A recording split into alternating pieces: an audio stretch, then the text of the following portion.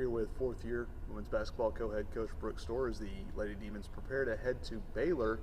Coach, every time you go to Texas, I know everything's bigger, but it certainly seems every front line in Texas you've played this year has been big, and Baylor will be no different. Absolutely. I think, again, we go Friday to Waco, and there'll be extreme difference in height and size. But it's nothing new that this group hasn't faced. We were at Texas a couple weeks ago, and their front line was large. And it's a great opportunity for us to get better, to see where we are now as opposed to 2 weeks ago. Another opportunity for these young freshman bigs to play against some of the best players in the country. And I think that when you can expose them to that, it increases their level of play. It may not be fun at times. We told them you're going to get your shot blocked, you're going to get beaten, and you could be in the correct position, but you've got to be able to compete, and I think that that's the biggest thing for this group is go compete and see where you are. Well, you played 2 games. You mentioned this is probably the toughest 3-game stretch of the season, having played New Mexico State, Long Beach State, and now Baylor, 3 teams that were in the national postseason last year, 2 NCAA tournament teams. Tough weekend in New Mexico State, but it looked like from Friday to Saturday, steps were made and improvements were made. Absolutely, and I think that the group grew up a lot on Saturday.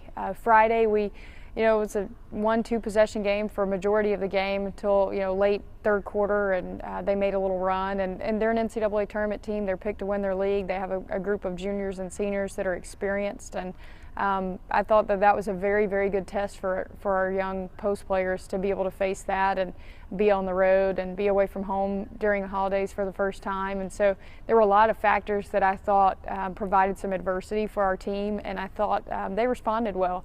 Saturday we came out and made some adjustments in terms of rebounding and being more aggressive on the glass, and that was good to see. I think we jumped out to a big lead and ended up losing that lead and ultimately losing the game by 1. But when you're put in those situations, I think you can either learn from it and grow from it. It was painful, but I think that the biggest thing for this team is how are you going to respond. And we've broken it down, we've watched it on film, we've covered some of the situations that happened, and you look at, we've been very good at end of game situations and closing out leads and closing out games the last couple of years. And you look out there and we've got 3 people who've never been in that situation before, and it showed, that inexperience showed. And so I think the biggest thing moving forward is how do you respond from that? How do you handle it? And we've had a couple of good practices, film sessions, and I think that the next time we get in that situation, they'll be ready to go. The nerves won't be there. They'll know how to handle it and know what they need to do in order to respond in the right way.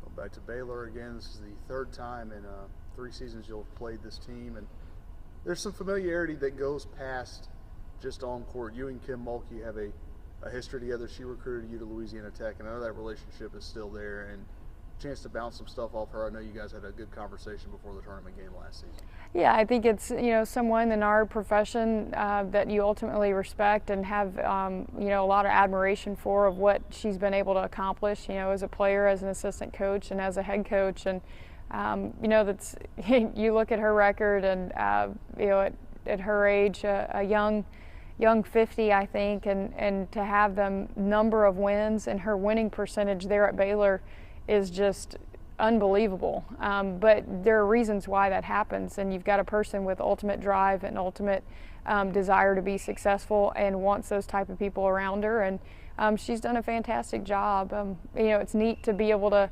have those connections and those relationships. I look on the bench now and I see Mackenzie Fuller, who was Mackenzie Robertson, Kim's daughter, and she ran out with us, as a player when we'd run out of the tunnel, and now she's coaching and is married and has a master's degree. So it's kind of come full circle, and it's really neat to see those relationships. But I think ultimately when it comes down to it, on Friday, we'll tip it up and see how we can compete against one of the best teams in the country.